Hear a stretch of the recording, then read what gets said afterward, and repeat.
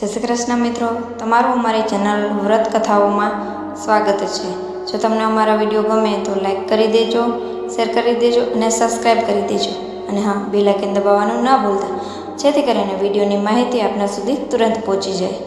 તો આજે આપણે જાણીશું હનુમાનજી મહારાજ ભગવાન શિવના 11મા રુદ્ર અવતાર હોવા ઉપરાંત ભક્તોમાં ખૂબ જ આદરણીય છે અને તેમનું નામ પ્રથમ લેવામાં આવે છે, કારણ કે ભક્તિની પરાકાષ્ઠાનું એવું ઉદાહરણ વિશ્વમાં કોઈ રજૂ કર્યું નથી, જે શિવના રુદ્ર અવતાર હનુમાનજીએ રજૂ કર્યું હતું। શનિવાર અને મંગળવાર હનુમાનજીની પૂજા કરવાની વિશેષ મહત્વ છે। તો આવો જાણીએ હનુમાનજી સાથે જોડાયેલ 10 રહસ્યો, જેનાથી તમે કદાચ અજાણ હોઈ શકો છો। પહેલું, હનુમાનજીનું જન્મસ્થળ। હનુમાનજીના જન્મસ્થળને લઈને ભક્તોમાં ઘણા મતભેદો છે અને આ મતભેદોમાં મુખ્યત્વે 3 સ્થાન એવા છે જે હનુમાનજીનું જન્મસ્થળ હોવાનો દાવો કરવામાં આવે છે। પ્રથમ સ્થાન અડપ્પીમાં છે।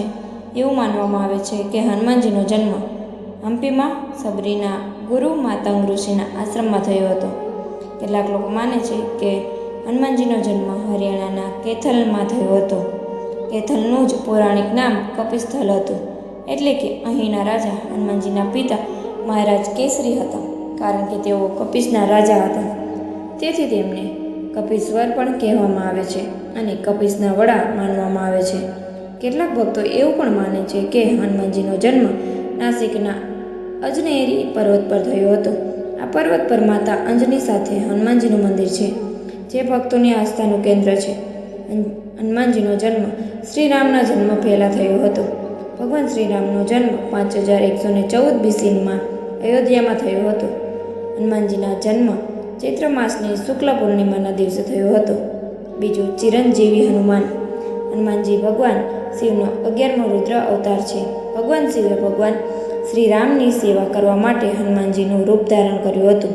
હનુમાનજીને માતા સીતા પાસેથી શાશ્વત જીવનનું વરદાન મળ્યું હતું। અયોધ્યાથી સાકેત ધામ જતી વખતે ભગવાન શ્રીરામે હનુમાનજીને એવો આદેશ આપ્યો હતો કે કલ્પના અંત સુધી તમે આ ધરતી પર નિવાસ કરો અને ધર્મનો પ્રચાર કરો। જો આપણે રામાયણ, રામચરિત્ર માનસ, વાલ્મીકી અને તુલસીદાસ તમામ મુખ્ય ગ્રંથો અને મુખ્ય સંતોમાં માનીએ તો હનુમાનજી અમર છે, એટલે કે તેઓ અમર છે। અને જો બીજા દૃષ્ટિકોણથી જોવામાં આવે તો તેઓ ભગવાન શિવનો 11મો રુદ્ર અવતાર છે, જે સ્વયં શિવનો અવતાર છે। તેનું મૃત્યુ કેવી રીતે થઈ શકે? ત્રીજું, કપિ નામના વાનર। હનુમાનજી વાનર રાજા કેસરીના પુત્ર હતા। વનરાજ કેસરીને કપિશ્વર કહેવામાં આવતું, કારણ કે તે બધા કપિઓના રાજા હતા। વિશ્વમાં વાનરોની તમામ જાતિઓમાં જે સર્વોચ્ચ પદ પર હતી તેમનું નામ કપિ હતું, અને વાનર રાજા કેસરી તે તમામ વાનરોના રાજા હતા, અને તેમના પુત્ર હોવાને કારણે હનુમાનજીને કપિશ્વર પણ કહેવામાં આવે છે।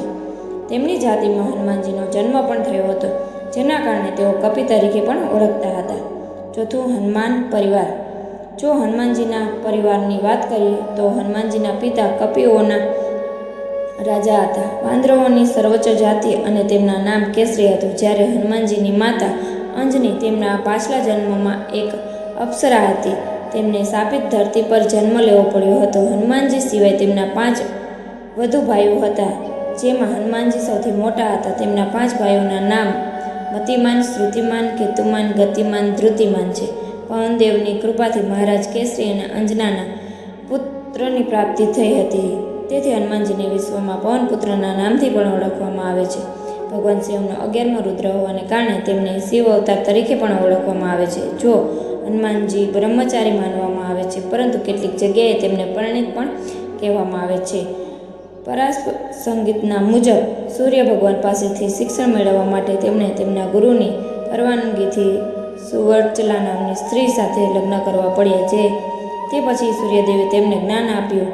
લંકાની ઘટના મુજબ જ્યારે હનુમાનજીએ લંકા બાળી ત્યારે તેમણે પોતાની પૂંછડીથી આગ બુઝાવવા માટે સમુદ્રમાં ડૂબકી લગાવી અને તેમના શરીરમાંથી ટપકતો પરસેવો એક માછલીએ પી લીધો, અને તે પરસેવાના ટીપાને માછલીને ગર્ભવતી બનાવી દીધી। તે માછલીમાંથી એક બાળકનો જન્મ થયો। તેનું નામ મકરધ્વજ હતું, અને તે હનુમાનજીનો પુત્ર હતો, કારણ કે તેના અંશમાંથી થયો હતો।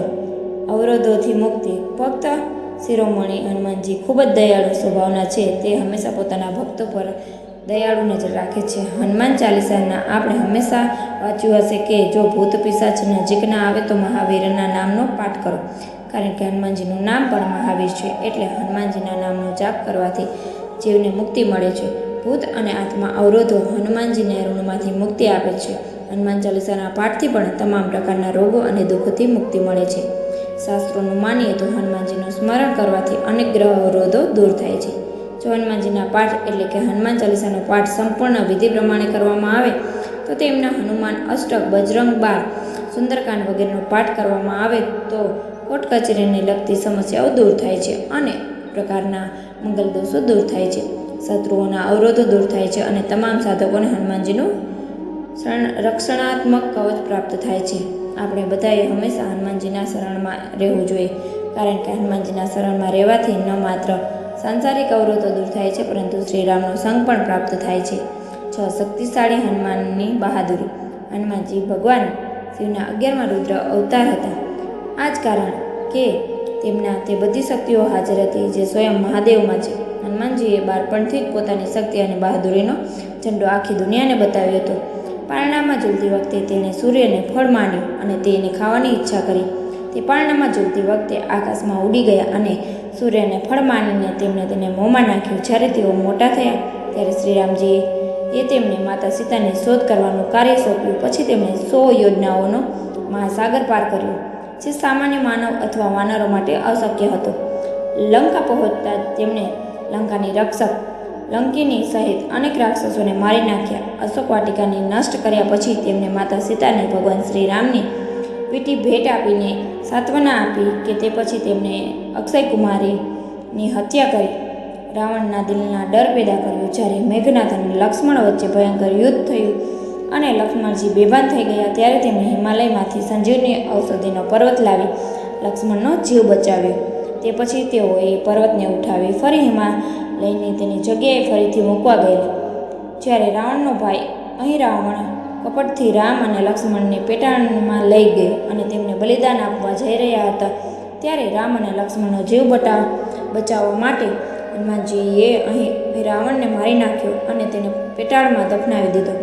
સમયે હનુમાનજીએ પોતાની શક્તિ અને બુદ્ધિ બતાવી અને અનેક નિશાચરોને અંત લાવી દીધો. એટલું જ નહીં, હનુમાનજીએ સમયાંતરે ગરુડ, ભીમ, સત્યભામા, સુદર્શન ચક્ર વગેરેનું અભિમાન તોડી ભગવાનની શક્તિનો પરિચય કરાવ્યો હતો. હનુમાનજી પર લખાયેલા પુસ્તકો ત્રેતાયુગથી લઈને અત્યાર સુધી ઘણા વિદ્વાનો દ્વારા હનુમાનજીને સમર્પિત અસંખ્ય ગ્રંથો લખવામાં આવ્યા છે, જેમાં સૌથી મોટો ફાળો શ્રી તુલસીદાસજીનો માનવામાં આવે છે, કારણ કે તુલસીદાસજીએ હનુમાન ચાલીસા, હનુમાન અષ્ટક, હનુમાન સાથિકા, બજરંગ પર લખ્યું છે. બાણ વગેરે અનેક સ્ત્રોતો અને ભજનોની રચના કરી છે. આ સિવાય રાવણના નાના ભાઈ વિભીષણજીએ હનુમાનજીને સમર્પિત હનુમાન વડવાનલ સ્ત્રોતની રચના કરી હતી. આનંદ રામાયણ હનુમાનજીના વિવિધ નામોનો સંગ્રહ જોવા મળે છે, જેનો જાપ કરવાથી સફળતા મળે છે. હનુમાનજીના ભક્ત સમર્થ રામદાસજીએ પણ તેમની રચના મારુતિ સ્ત્રોત હનુમાનજીને સમર્પિત કરી હતી. આ બધા સિવાય ઘણા ભક્તોએ હનુમાનજીને સમર્પિત થયા ગ્રંથો અને સ્ત્રોતો લખ્યા છે. ગુરુ ગોરખનાથે હનુમાનજીને સાબર મંત્ર સમર્પિત કર્યો અને તેની રચના કરી. હનુમાનજી વૈષ્ણોદેવીના સેવક. હનુમાનજી મહારાજ માતા વૈષ્ણવના સેવક તરીકે ઓળખાય છે. આ જ કારણ છે કે જ્યારે માતા વૈષ્ણોદેવી બિરાજમાન હતા ત્યારે હનુમાનજીની પ્રાર્થના પર માતાએ તીર ચલાવીને બટગંગાની રચના કરી હતી, જે આજે પણ માતા વૈષ્ણવના દર્શન કરવા આવતા અસંખ્ય ભક્તોની તરસ છીપાવી રહી છે. માતાના દરેક મંદિરમાં હનુમાનજીની મૂર્તિ સ્થાપિત છે. જેમ માતાના મંદિરમાં ભૈરવજીનું મહત્વ છે, તેવી જ રીતે હનુમાનજીનું પણ મહત્વ છે, કારણ કે ભૈરવજી અને હનુમાનજી બંને ભગવાન શિવના રૂપ છે. અતુલિત બલધામ હનુમાનજી. હનુમાનજી ભગવાન શિવના અવતાર છે, તેથી તેમના ભગવાન શિવની તમામ શક્તિઓનો વિદ્યમાન છે.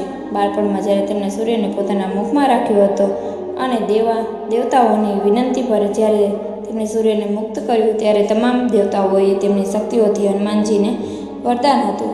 જેમ ભગવાન બ્રહ્માએ